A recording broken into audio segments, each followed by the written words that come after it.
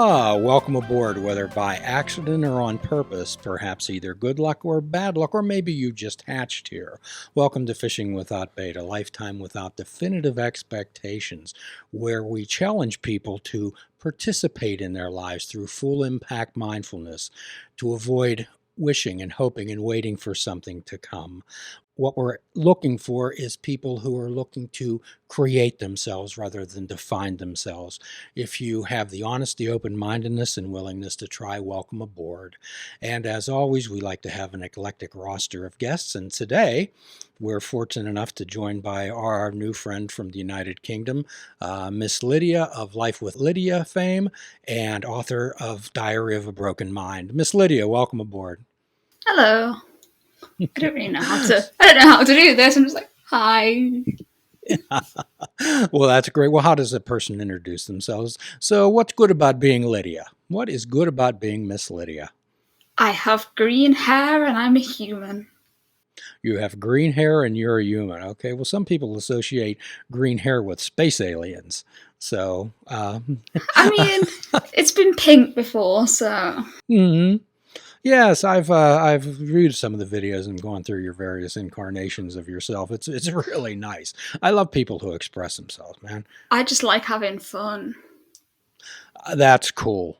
Steve Jobs, who started Apple along with Steve Wozniak, he had a quote one time that I really like. It said, "Some people are more comfortable being in the Navy, and others are more comfortable being a pirate."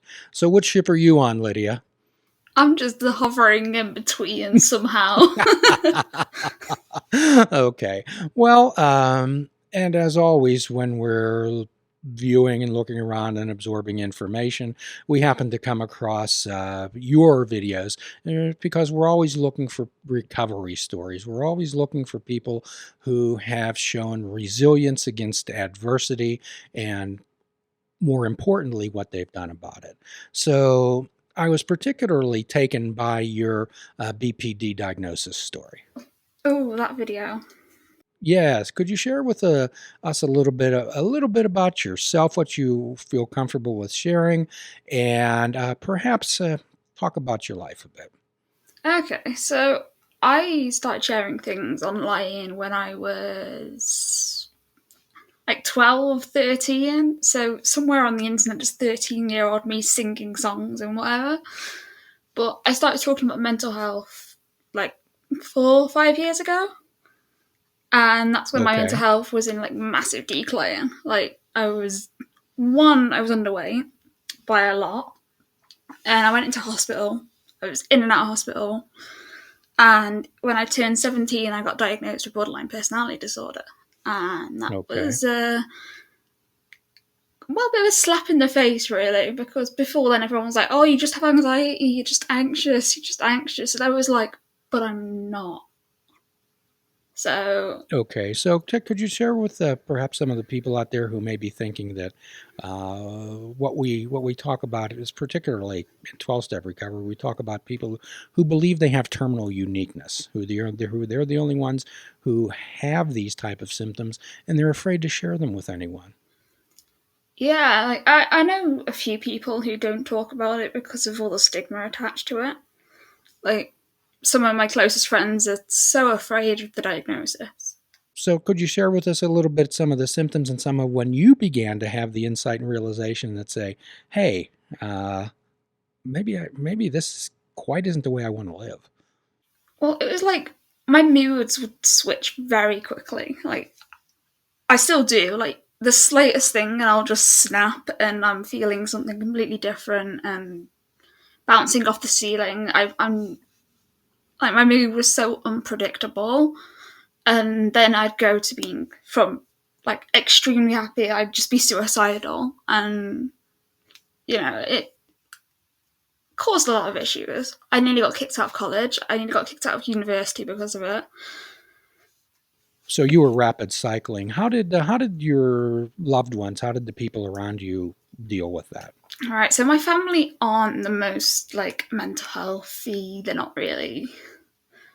Most of them don't believe in it, which is kind of hard because I kind of talk about it for a living. So, um, It's always interesting when I'm with my mom and she's like, well, why are you talking about it? It's not real. Me.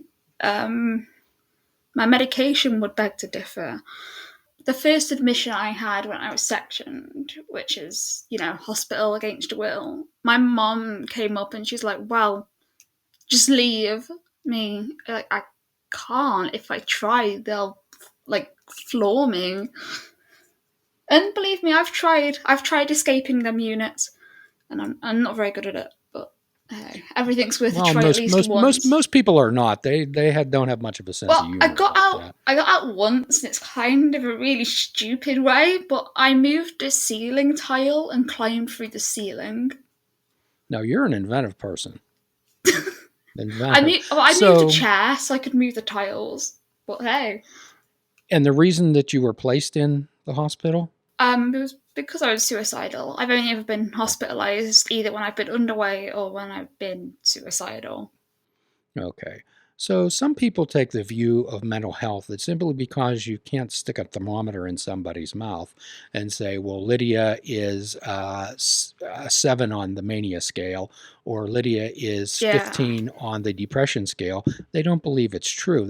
People have the misconception that it's a matter of self-control and that you could deal with it if you wanted to. I think the best thing I get told is go make a cup of tea, which is like the most British thing ever. But when you have like a professional say to you on the phone, go and make a cup of tea, it's like, Well, how helpful yeah, is that? that's a cup of tea is really going to help me feeling suicidal. I mean, Oh, it's absolutely, of British. It's course. it's British, so it's got to be a cure. Well, in our practice, Lydia, that if that worked, I'd stand outside with a pot of tea. Um, However, we've found that people start out with concern, then they go to frustration, and quite often that leads to anger. When people Oh say, "Well, when yeah, are you going to get over this?" Snap out of this, Lydia. Get a grip. yeah. All things I've had said to me, both by So, professionals and my family. by So professionals. yeah, the NHS is kind of known for how bad the mental health services are. Well, I'm unfamiliar with the mental health services over in the United Right, Kingdom, so over in it's Europe. all through the NHS, so it's all free. Could could you explain the NHS a bit to us, please? It's National Health Service. It's just free healthcare for everyone. I don't think Okay, anyone in this country can afford private healthcare, so. of course, you probably realize in the United States that healthcare is an absolute and total cluster mess. Oh, I'm aware. So, in the United States, when somebody is admitted to a hospital against their will, it's called a 302 commitment. And that means that they have to be either a danger to themselves or a danger to Yeah, another. that's how the Mental Health Act works over here. So, So you were placed in, you were having what we would call emotion regulation issues. yeah. You were rapid cycling. And did anyone actually realize that you didn't control this? Um, it took a while. It took for a police officer to realise, and when the police get involved, it's already too late, really. But Yes. like, I had police come and get me off a bridge and get me off train tracks, and I'm not gonna lie, I've probably put them through hell, like with paperwork, but it took for them to make a report to the mental health team for me to actually get any support, because the generalized doctor that I had was very anti mental health and still is now. So, like, with my medication, literally this week on Monday, my GP was like, I'm not prescribing it. So, I got the joys of antidepressant and antipsychotic withdrawal. So, that was fun.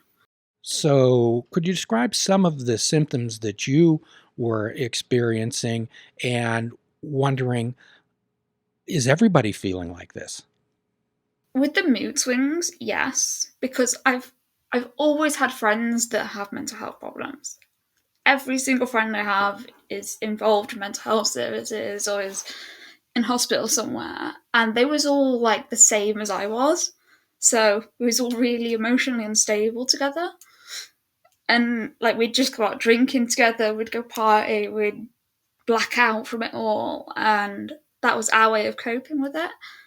Because like we'd all be like happy, then we'd get angry at something together, and it just wasn't productive. Well, so generally, what we do is we're like people who have magnets in our butts, Lydia. We tend to attract each other. Okay. And who do you want to hang around with? Well, you want to be with people like you.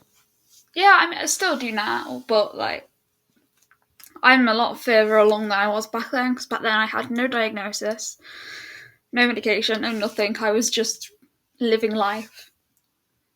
Okay, so you went into the hospital and it sounds like you've had some fairly turbulent times. Did you ever have anyone who actually really listened to you, Lydia? Actually sat down and listened? Yeah, so my last admission to hospital was in May, and like that admission literally changed everything for me. So it was like medication, like honestly, I'm on such a crazy mixture of medication. It's ridiculous. Well, tell us how that changed things for you. Getting Tell us how interrupted that by you say that. that admission changed things for you. Yeah, so I got started on antipsychotics then. I got started on benzos, and someone actually sat down and explained like BPD to me. Okay. Like, because no one until then had actually sat me down and properly explained it to me. So I did all my research. Well, Mike, yes, and this is a really a microcosm of life when people go through life, and this is actually really the whole focus of fishing without bait, a lifetime without definitive expectations. We had a nice interview set up with Lydia. She was a well-spoken young lady who was sharing us with her some of her background. However, due to circumstances beyond both of our controls, we had to interrupt the interview until a later date. So if you and I would have pinned our whole day and our whole expectations on having a complete interview with Lydia, then our day would have been effectively ruined, would have not, Mike? Absolutely, I would have waited on everything going on. Thankfully, we have a lot going on. We have more things going on. However, if we place expectations on one particular event, and that event, through circumstances really beyond either of our control, does not take place, then this is what we talk about, where we help people understand what they can control and what they cannot. Most people spend most of their time in the areas in which they cannot control, which causes much depression and much anxiety. So Lydia was beginning to discuss her diagnosis of borderline personality disorder. And as with most personality disorders and a lot of mental health disorders, the causes are a bit fluid. There are many different type of factors going in them, but generally it's a mental health, and I really hesitate to use the word disorder. It's characterized by unstable moods, behavior, and relationships, Mike. Okay, generally people who have some tendency with borderline personality disorder, and keep in mind there's many diagnoses and symptoms that bleed through. Fear of abandonment. Uh, People with borderline personality disorder, Mike, are often very much fearful of being abandoned or left alone. And this is usually from an environment where they grew up in a non-validating environment, where someone either left them, uh, they were traumatized by certain events, and these tend to play out in relationships, either being totally immersed and attached to someone and loving them intensely, or shifting the other way when we perceive that we're maybe being disrespected, disregarded, or going to be abandoned. We can turn where we actually despise and we hate that person. All right, which is described in the borderline personality disorder in the DCM-5 as having unstable relationships. And then there's an unclear or a shifting type of fluid type of self-image, Mike. And one of the things you and I often discuss on this show, particularly referring to our last episode, the requirements it takes to be with me, self-image. Most borderline personality individuals have a changing fluid image of themselves. And we talked about self-concept being facts and information you know about yourself. Self-esteem being how you interpret those facts and information. So when you have an unclear concept and a shifting self-esteem, shifting self-image of yourself, you can walk through life in just feeling very conflicted. Also, what we talk about in some of the symptoms of BPD, as I'm going to call it, is very reactive, impulsive, self-destructive behaviors. These can also lead to, of course, suicidal, or what we would call ideation, whether it's passive, just thinking about it, or active, where you actually make plans and attempt to go through with it. Borderline personality disorder is also associated with people having what we call non-injurious self-harm. All right, people who maybe burn themselves with cigarettes, cut themselves on their arms, legs, and generally there's misinterpretation about this also, as most people think that, well, they're trying to kill themselves. No, they're not. Generally, the pain of their existence is so great, their emotional pain is so great, that even a momentary reprieve by having that searing pain of a cigarette burn or a cut is worth that overriding, debilitating emotional pain that they're experiencing most of the time. We're talking about extreme emotional mood swings. We call, in the mental health world, we call that lability, where a person can be extremely high, then extremely low. What we call that, when a person experiences this more often than not, we call that cycling. We call that rapid cycling. When a person can walk into a room, be one way, come back in a few minutes and be another way. Unfortunately, the view of these individuals is that they're crazy, poor self-control, or the number one thing that when you encounter a person like that, Mike, is if someone's acting in a pattern of behavior like that, what do most people assume that they're doing? They're trying to cover that up with drugs. Yes. Well, most people assume bizarre behavior. Mm-hmm. Bizarre behavior, behavior that is not, quote, normal. Most people associate, first of all, that this person must be using drugs. Okay? So, and we often talk about this on the show, is that there's a principle which will keep a person in everlasting ignorance. This is paraphrasing, and that's contempt prior to investigation. That's a quote by Herbert Spencer. One of the other commonalities of people with borderline personality disorder is feelings of emptiness, feelings of loneliness, feeling that they're a shell, feeling that there's nothing inside. And that can lead to disassociation. Disassociation is stepping outside of yourself and looking at yourself wondering, how is this happening? Who am I? It's very frightening, Mike. It can be very scary. Also, fits of intense rage, explosive anger. If anyone ever wants to see what a borderline personality person would be in full, what I call full bloom, look at the final scene of Fatal Attraction with Michael Douglas and Glenn Close. That is a borderline individual in full bloom. You can pull that up on YouTube.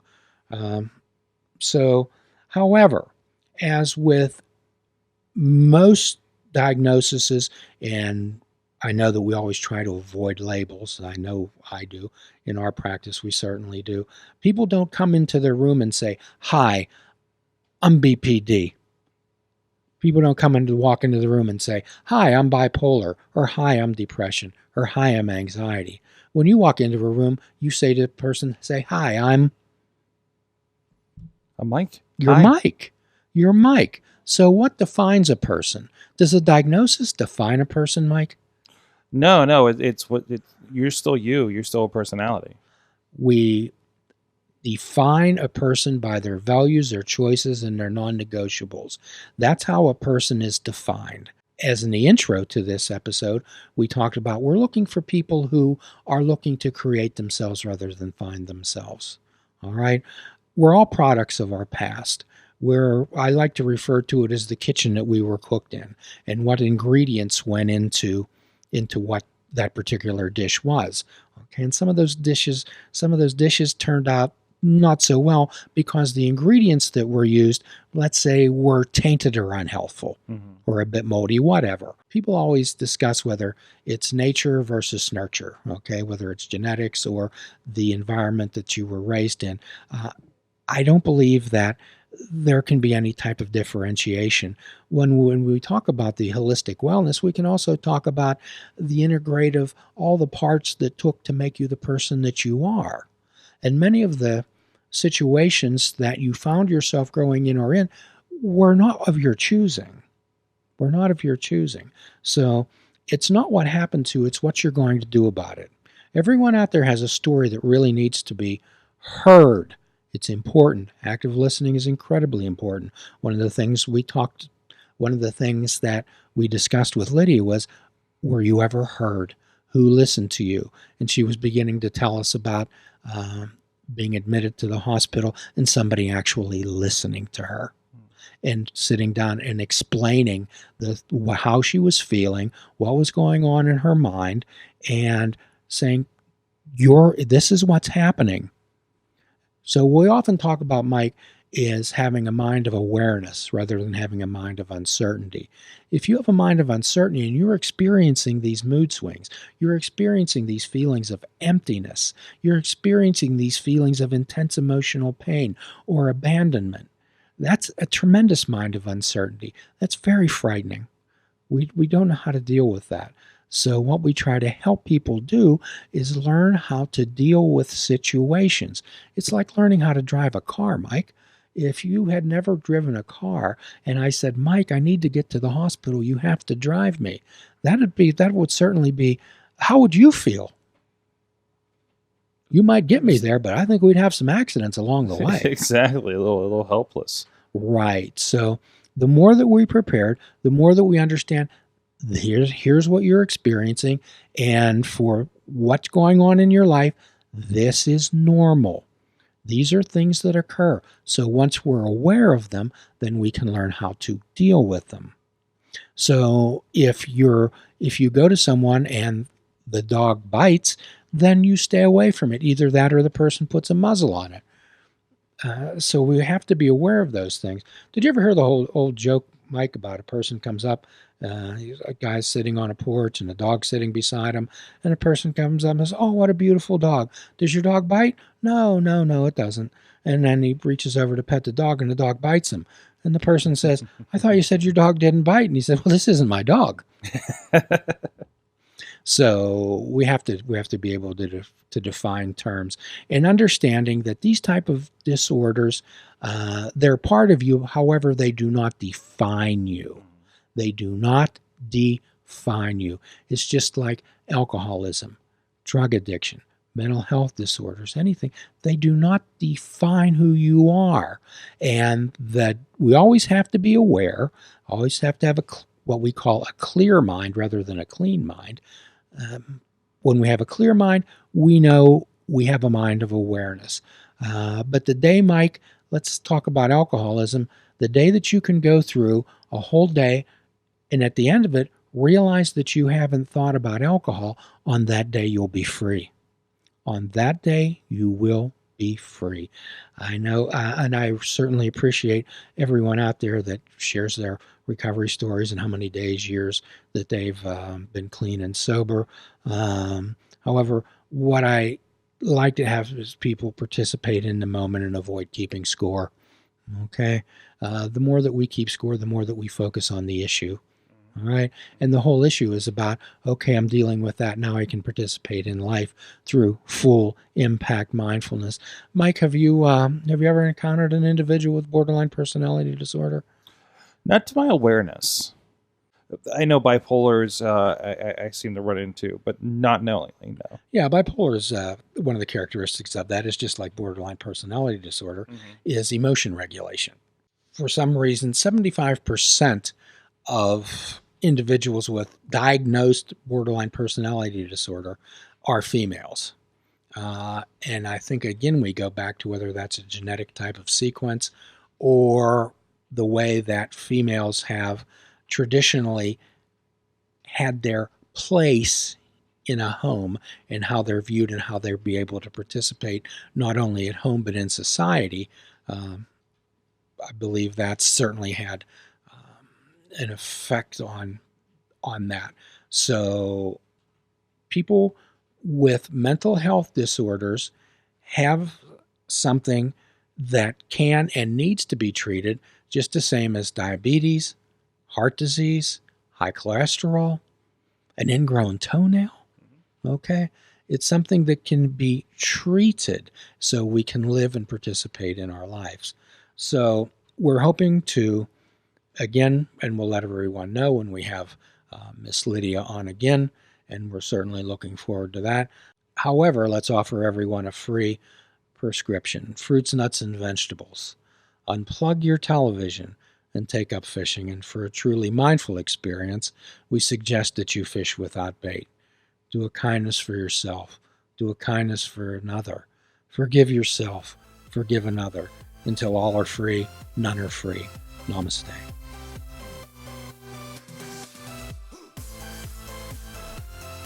Please check out our website at fishingwithoutbait.com, where you can listen to the show, comment on our discussions, and find out where you can subscribe to our podcast. If you're interested in flying the colors of Fishing Without Bait, click the shop icon on our website. We have clothing, mugs, cell phone cases, and so much more. Show the world that you fish without bait. This show is a member of the Sorgatron Media Podcast Network. Find out more at sorgatronmedia.com.